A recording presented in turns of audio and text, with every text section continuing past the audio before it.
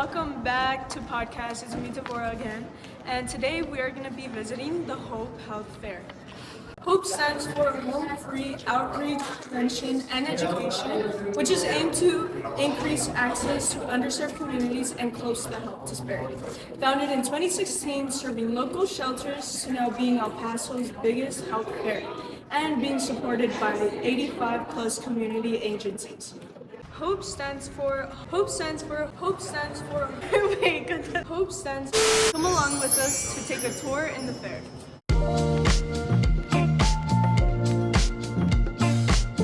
Hi, my name is Carla. I'm an undergraduate student here at UTEP, majoring in rehabilitation sciences with a concentration in physical therapy. And today we're going to go inside the mind. Well, first of all, we have our frontal lobe that it should be right over here. So think of it as the CEO of You Incorporated. So yeah, it handles your self-control, your decisions, and your your decisions, and also self efficiency, everything, right? So okay, we go right over here. So in the very top of your brain, like kind of like right here, so it's your parietal lobe. So it's the brain's navigation system, and right now it's processing the floor's texture and the temperature of the air. So it's also a help to know where your hands and feet are without even looking at them. Nice, right? So it's all about touch, taste, and spatial awareness. Now let me talk to you about stroke prevention. So what's a stroke? So strokes happen when blood flowing to the brain is blocked. This would be a ischemic stroke, or a vessel bursts. This would be a hemorrhagic stroke. But how do we know when someone's having a stroke? Well, you can remember this acronym: B FAST. B as in balance, is it a sudden loss of coordination? E as in eyes, is it a sudden blurred or double vision? F as in face, does one side drop when smiling? A as in arms, does one arm drift downward when raised? S as in speech, is it slurred or strange? And finally, T as in time, which is the time to call emergency services immediately. Okay, so we can go to the very back of the brain. This is your occipital lobe, so it should be kind of right here. So even though your eyes are in the front, you're actually seeing from right here. So this area takes raw data from your eyes and turns it into the shapes and colors you usually recognize. Okay, so if you head towards the sides, you will see the temporal lobes. They should be around your ears. So these are your recording studios. So they handle hearing, but most importantly, memory. So whenever you are listening to a song and it reminds you of that specific summer, or when you're smelling a cookie and it reminds you of home, so this area is lighting up like a Christmas tree. Amazing, right? This extra information is to keep your brain healthy as well. So physical activity and having a Mediterranean style diet, and so blood can go to the brain freely without any issues and get to the tissues of the brain. So chronic stress and lack of sleep can lead to inflammation that damages brain cells. But so protecting your brain means having 7 to 9 hours of sleep. I know right now being at college is really difficult, but yeah, 7 to 9 hours of sleep. And so without any stress, I know this is hard as well. Without stress, all that sleep helps your lymphatic system to wash away all the toxins that build up during the day. So that will be all from my part. I hope you enjoyed it and have a great rest of your day. Thank you so much. So right now we just walked around and passed by the carotid ultrasound screening. They did offer that for free. They also offer free dental screenings as well. And they also offer shots for like hepatitis, meningitis, and all those necessary shots to even be enrolled in UTEP. So yeah. Guess who we're here with? Hey guys, it's me, Seychelle. Okay, so right now we're at the Hope Fair right now. I'm gonna give you guys a little tour of the lungs, but first let me introduce the people who I'm working with. So over here we have. Hi, I'm Yasmin. And Hi, I'm Angela Cano. yes, and we're all rehab science students. So let's go ahead and give you guys a little tour on the brain. Oh, You said the brain? the lungs. Sorry guys. So we're giving a tour on the pulmonary system, and starting out with one of the entrances, we have the trachea right here. Will be in our throat, and basically what it does, it's the passageway of air, right? And a little fun fact about the trachea is that we actually have little hairs right here. They're called the cilia, and what they do, it's basically they stop debris and dust from coming into our lungs. And fun fact about smoking: if you vape or smoke, these little hairs, they get paralyzed and they don't do their jobs anymore. So don't smoke. And then right here we have the bronchi. Mm-hmm. And then, so basically this model is inaccurate because in our actual body, so one side is smaller than the other. And that is why our heart has space to beat, basically. So this space right here at the bottom is gonna be your diaphragm. So we're gonna do a little exercise, guys, okay? So let's go ahead and breathe in. And as you're breathing in, your diaphragm is located in this area of your body and it's pushing all the way down. And as we exhale, your diaphragm is pushing up, so all of the air comes out of your body, right? Over here, we have your alveoli. So basically, there's gonna be little tiny air sacs in your lungs. We have about 600 million of them in your body. This is like a little transport system. So inside goes the oxygen, outside goes the carbon dioxide. So we did tell you guys that smoking is the #1 cause of lung cancer, right? So to show you guys what it looks like if you do smoke, you're gonna grow a little tumor on your lungs.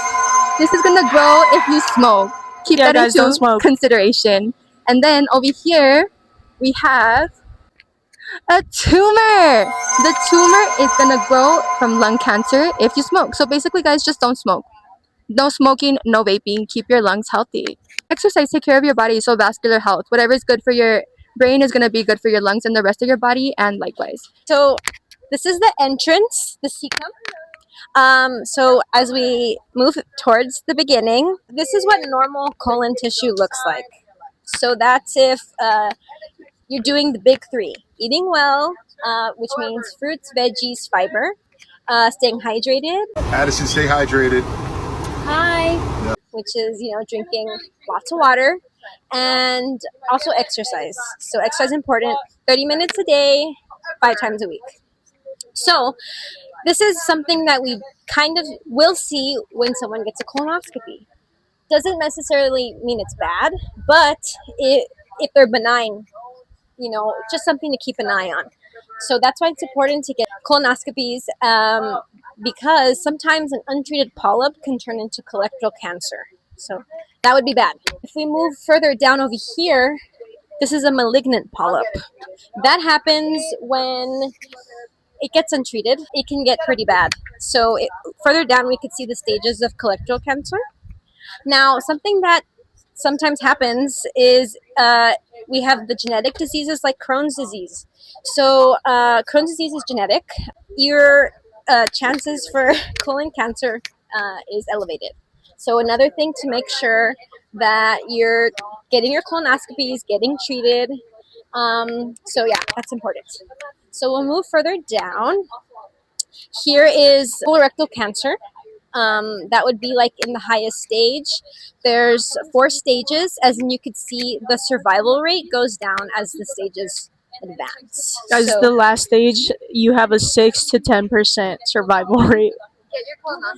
So it's very important. It's very important also in general to get colonoscopies, but it's extra important if you have family who have had colon cancer. Your risk can be 2 to 3 times higher. Can I ask So you make a sure. question? Yes. So how often do you have to get a colonoscopy? Usually, when you reach a certain age, I would say I think it's past 40. That's when you start getting screenings. Obviously, if you're having issues with other things, they'd want to go in there to see if something's going on. But definitely listen to your body. If something's wrong, something doesn't feel right, make sure to speak to your doctor if it's a concern. But yeah, this is the colon. So, okay. I looked it up while Deb asked that question. So after the age of 50, you should be getting a colonoscopy every 10 years. Oh, Every 10 years, guys. Every 10 years. This is colorectal cancer. This is so scary. Yeah. So basically, colorectal cancer is a malignant cancerous tumor in the lining of the colon or rectum. So removal of the polyps can prevent colorectal cancer. So again, get your colonoscopy, see what's going on in there. And here again is the staging, and here's advanced colorectal cancer. So this would be the worst. This is bad. So Thank you so much. Cancer is super diverse, and the most important is that is reaching more and more younger generations, and that's why the awareness is the first step to to make. Here is Rene Paredes and Sofia Vasquez.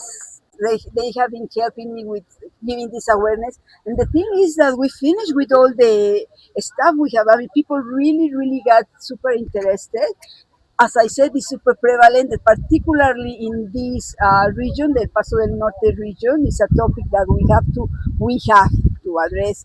And cancer comes from different roots, not only lifestyle, but all other complications such as diabetes, right? Diabetes too.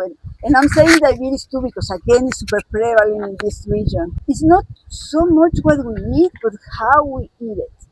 And the thing is that the body receives these bombs of sugar and the insulin cannot work because of the sugar, and then the pancreas or the liver needs to come along, and that happens with every single chilaquiles you drink you have in the morning. So exactly, or the hamburger or taquitos and all that. So you make your system to work harder, and that after certain time, a general example, but it's one of it's in our daily lives, the the prevention in the solution for cancer. There is also other type of cancers. But the most important part of cancer is that maybe 4% is genetics, you know, and the rest is our lifestyle.